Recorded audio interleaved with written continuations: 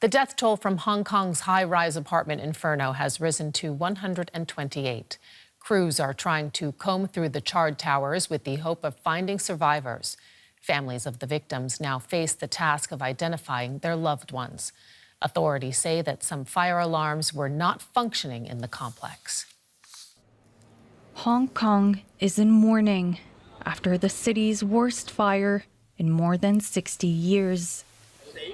Outside a temporary center set up by authorities, crowds of families are being escorted inside to help identify bodies.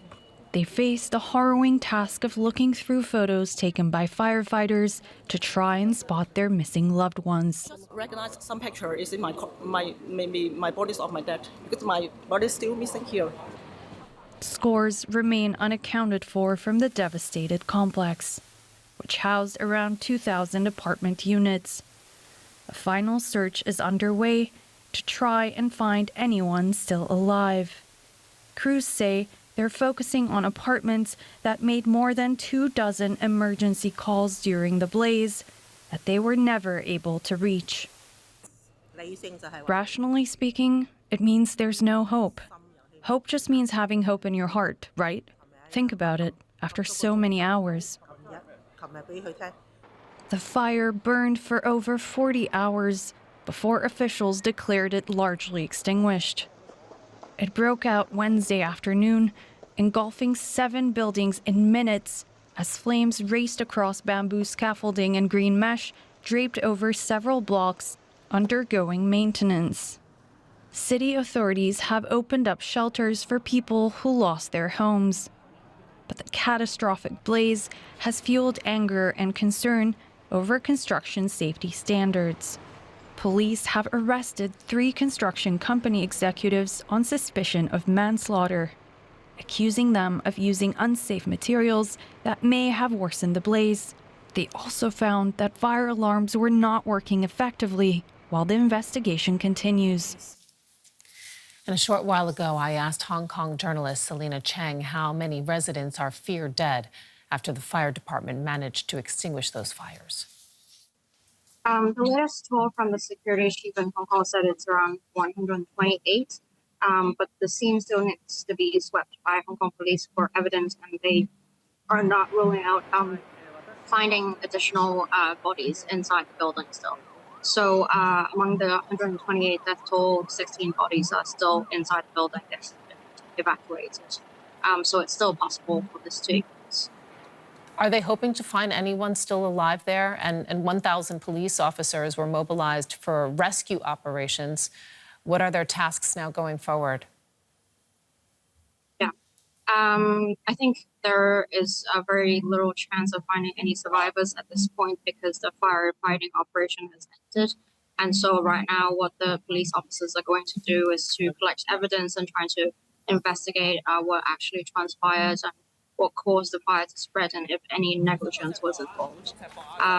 The initial investigation, authorities found that some of the netting material around the scaffolding seemed to be compliant with standards. However, there were styrofoam boards stuck to windows in many of the buildings that may have caused the rapid spread of the fire. And we're also hearing that, is this true, that fire alarms apparently did not work? Yeah, so this is also an initial finding from the fire services, and it was confirmed by a lot of eyewitness reports from, according to those who ran out of the building, the survivors of the Wang Fuk Court. Selina, you know, all of these matters, I mean, the thing that is really kind of swirling around more broadly, and we saw also, you know, these questions raised in the wake of the arrest directly following the onset of the fire, it naturally raises the question of responsibility and whether or not corruption is involved. Tell us a little bit more about that. The feeling is definitely that there were multiple levels of serious failures that culminated to what happened in the last 2 days. And so many lives lost. First of all, there was a dispute in the property owner corporation, the committee of those who live in the building. Since last year, there were questions and doubts about the contractor, the tendering process, And of course, then there are also the question of why there wasn't enough government inspection that may have picked up on the problems with any materials used or process the renovation. So the government has said that it will investigate the corruption that may have been involved. So it's a kind of issue that is very common in Hong Kong. Renovation projects, people disagreeing with each other, price fixing, corrupt building committees, and this can get people very, very angry.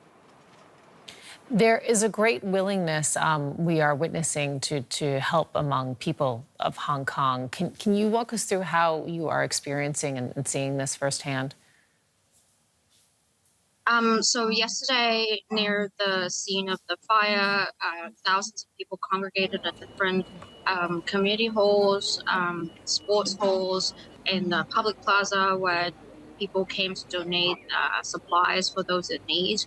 And it's really a time where, people of Hong Kong came out and gave what they can, helped however they could. It's a sense of solidarity that was seen again and again at different times of crisis in the city. And so personally, I feel this is very, motivating, very encouraging to see such spirits. Selena Chang, journalist in Hong Kong. Thank you.